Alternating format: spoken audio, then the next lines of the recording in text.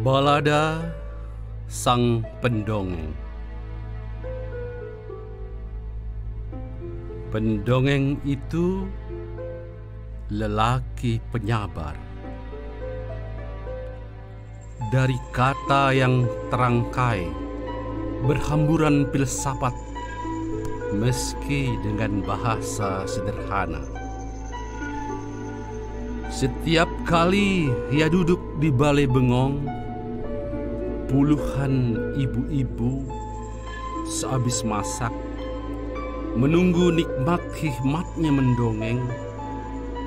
Bahkan ada yang memesan agar ialah pelaku yang menjadi penembang dan penimbang. Ketika lelaki itu berkata suatu hari, balai bengong akan sepi.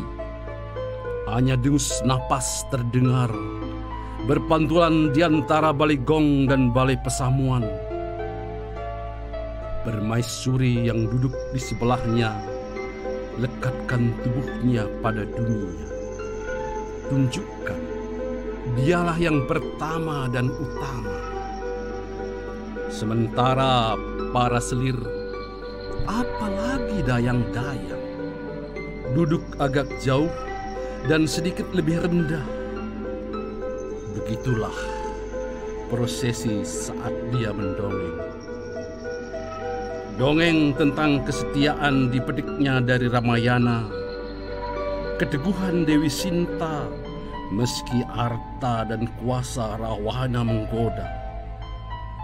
Kecintaan pada negeri, berceritalah dia tentang Kumbakarna, membela negeri walau tahu salah dan banyak masalah.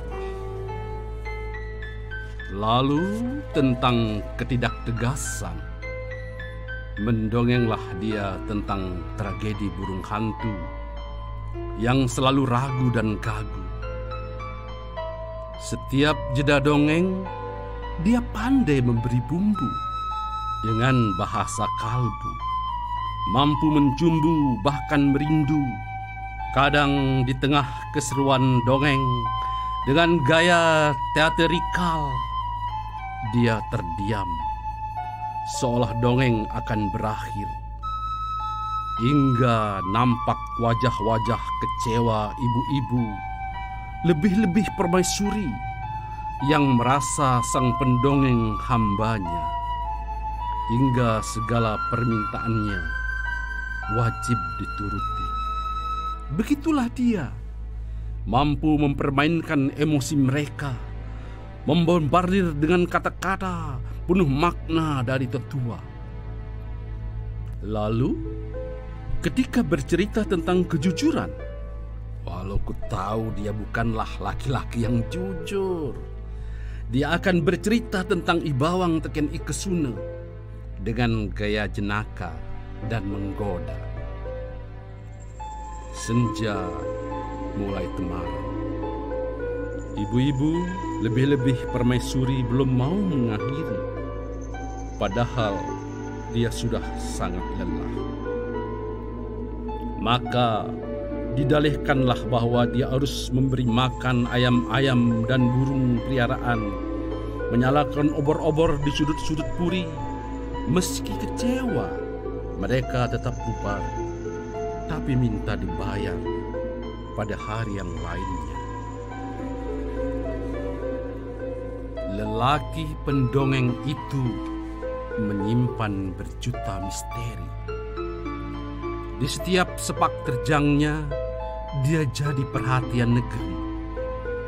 Para dayang, pelayan permaisuri dan raja rajin menyambangi.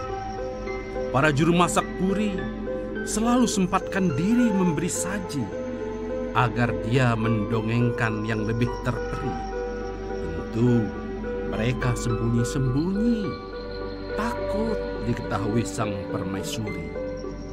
Karena sudah menjadi rahasia negeri, permaisuri menaruh hati pada pandir budak negeri yang piawai berbahasa puisi. Dan suatu senja yang renyai, Hujan rintik-rintik basahi tanah puri. Permaisuri tanpa alas kaki mengendap menyelinap ke pondok Pandir budak negeri. Entah apa yang terjadi. Hanya mereka yang mengerti. Sebab dongengannya buat hati meronta, ingin dimaknai. Hujan lebat seolah merestui si Pandir dengan permaisuri. Ingat dongeng membubung tinggi, bak hayal tak membumi. Dengan senyum semanis permen karet, permaisuri berjingkat pergi.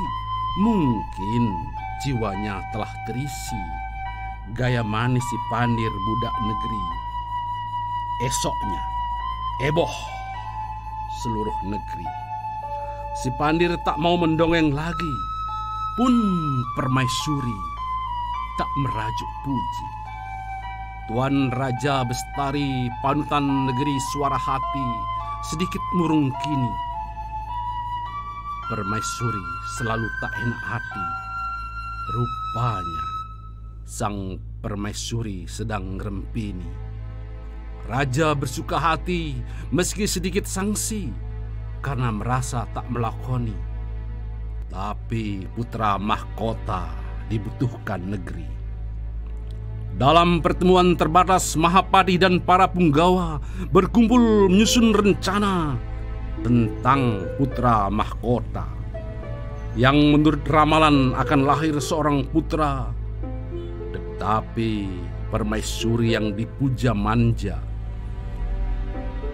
selalu minta si Pandir pada punggawa agar didongengkan tentang lahirnya putra mahkota yang akan menjadi raja dan pandai bermain kata-kata. Sang raja sedikit kecewa, sebab ia ingin sang putra mahkota cakap menjadi raja, sakti mandraguna, ahli pedang dan penunggang kuda.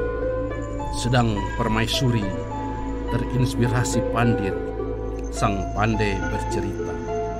Kelak sang putra mahkota punya karisma, pandai menata kata, hingga rakyat jelata tentram terasa, walau hanya sandiwara.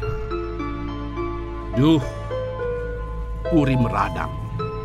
Raja pun murka karena Pandir sang pencerita ternyata berdusta.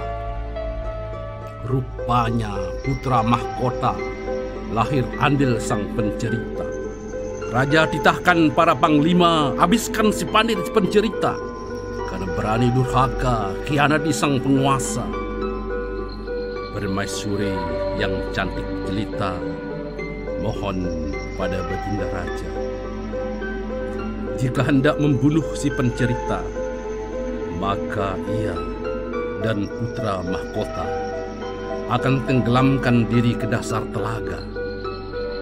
Akhirnya, karena cinta buta sang raja, permaisuri dan Pandir si pencerita dibuangkan ke hutan belantara 5 tahun lamanya. Begitulah kisah asmara permaisuri dan Pandir si pencerita. Dan ternyata pendongeng itu ayah